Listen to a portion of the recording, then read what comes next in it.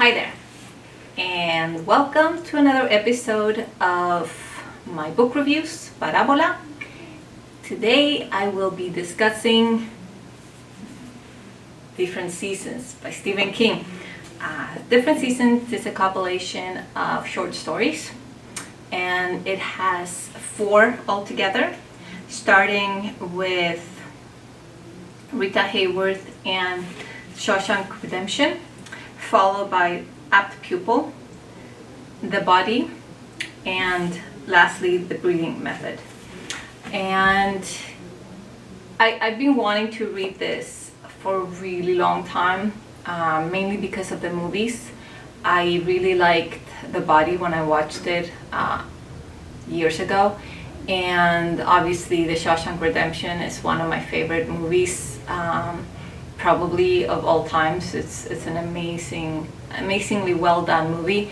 And Apt Pupil, I remember watching that probably around the time it came out. My boyfriend at the time was a fan of Stephen King, so we would watch a lot of movies based on his books together.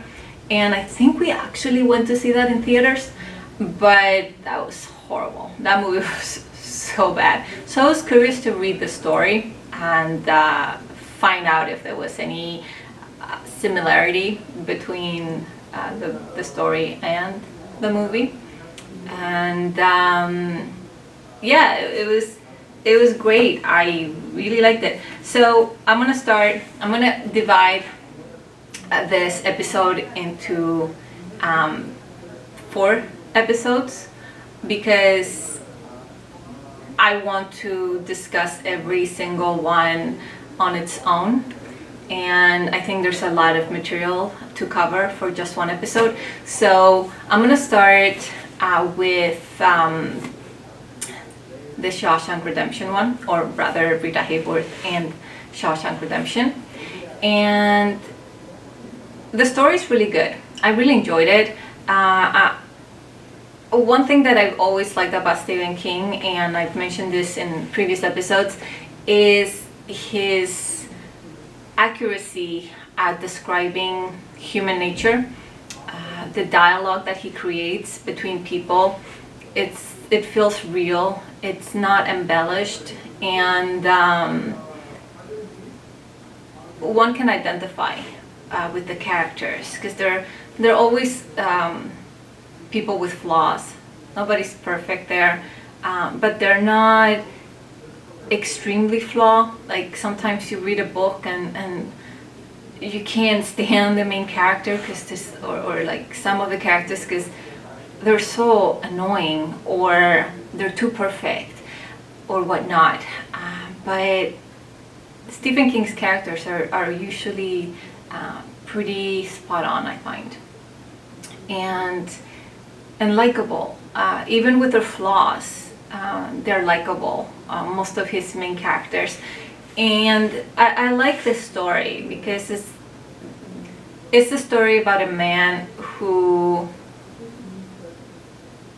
I guess, he finds his way, or he finds, I don't know how to describe it, but Rita Hayworth Shawshank Redemption is not about just one man, Andy Dufresne. It's about Red as well, the narrator of the story. And he's been in prison 10 years before Andy arrives, and he's guilty of murder.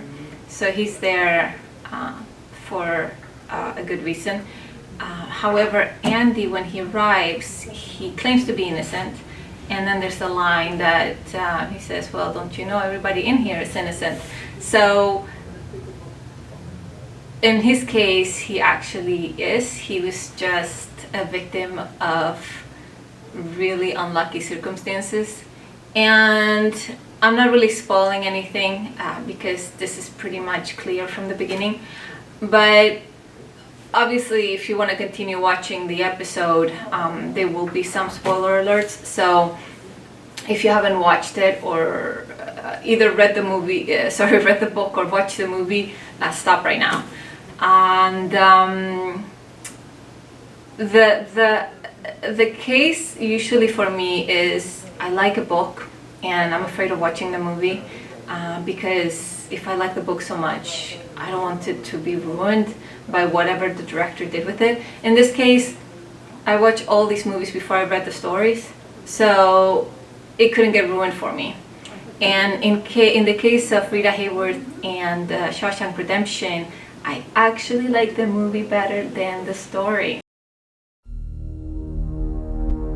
Ladies and gentlemen, you've heard all the evidence. I submit that this was not a hot-blooded crime of passion. Consider this. A revolver holds 6 bullets, not 8.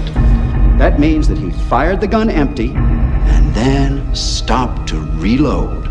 By the power vested in me by the state of Maine, I hereby order you to serve 2 life sentences back to back, 1 for each of your victims. So be it.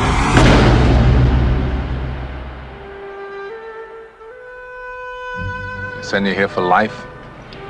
That's exactly what they take. I believe in 2 things. Discipline. Help me, Dad!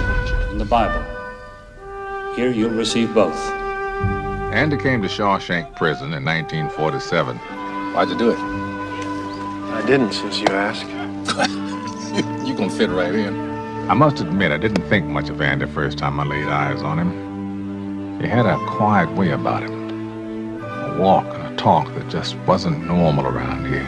There are places in the world that aren't made out of stone. There's something inside that they can't touch. What are you talking about? Hope. Let me tell you something, my friend. Hope is a dangerous thing. Damn it, Dufresne, you're putting me behind! Hope can drive a man insane.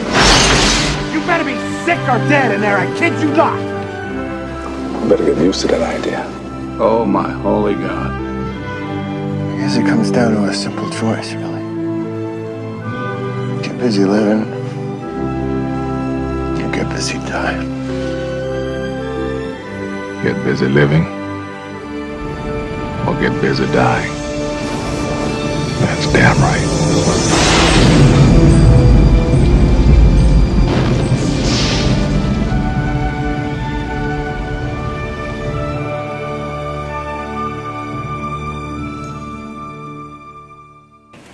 And I guess because there was more detail in the movie, there were changes. The adaptation was fantastic in my opinion, but there were some minor changes I think were necessary in the movie to kind of simplify some things that might have been a little bit too convoluted in the storytelling on screen.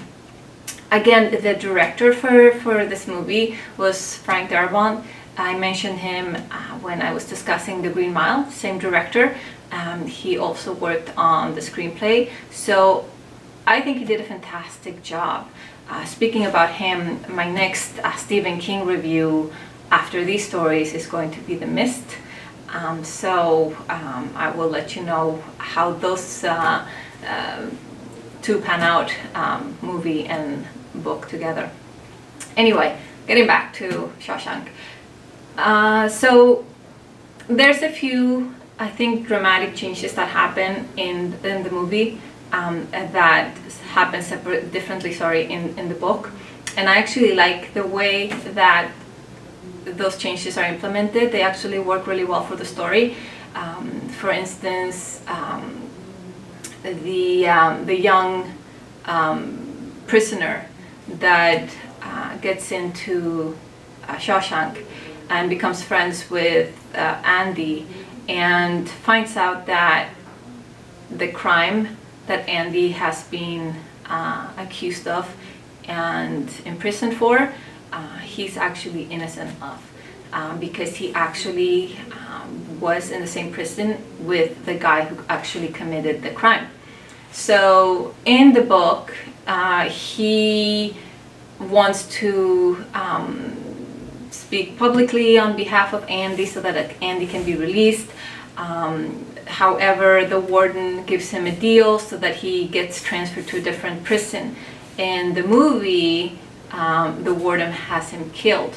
So that's probably the major discrepancy between book and movie. But again, I do think that the effect is actually more dramatic that way. It has a bigger toll on Andy, although I guess betrayal is pretty crap. But I like the way that they changed that up in the movie. So I would really recommend the book or the story, and I would also recommend the movie. Whether you watch them separately, you watch the movie and then read the book, or read the book and watch the movie, it won't really ruin anything for you, I don't think, because again, the adaptation is really good. There's some surprises, so I recommend that you do both. Obviously, if you're watching this, I'm hoping you already watch it, so that I don't ruin anything for you. But I guess for me, the highlight of this story is the ending. And it's an uplifting story. It's not horror. I know a lot of people tend to think that everything Stephen King does is horror. It's not. It has some darkness to it sometimes, but that's human nature. He shows the dark side, but he also does show the bright side, the light within each one of us, or some of us. So I think that for me, that's what makes me want to read more of his stories or his books. I don't love all of his work, but a lot of the things that I read from him is pretty good. Especially, like I said, this is it's become one of my favorites of his short stories. So if you've seen the movie, or you read the book, or you've done both, let me know your thoughts, your comments. I would love to hear what you thought. And if you like these episodes, feel free to share, to like, to subscribe, spread the love, spread literature, spread the love for books. I love to talk about literature, so I figured this was a great way to do it. I hope you guys like it, and I'll see you soon again for the next episode, where I will be discussing Apt Pupil. Take care. Peace out.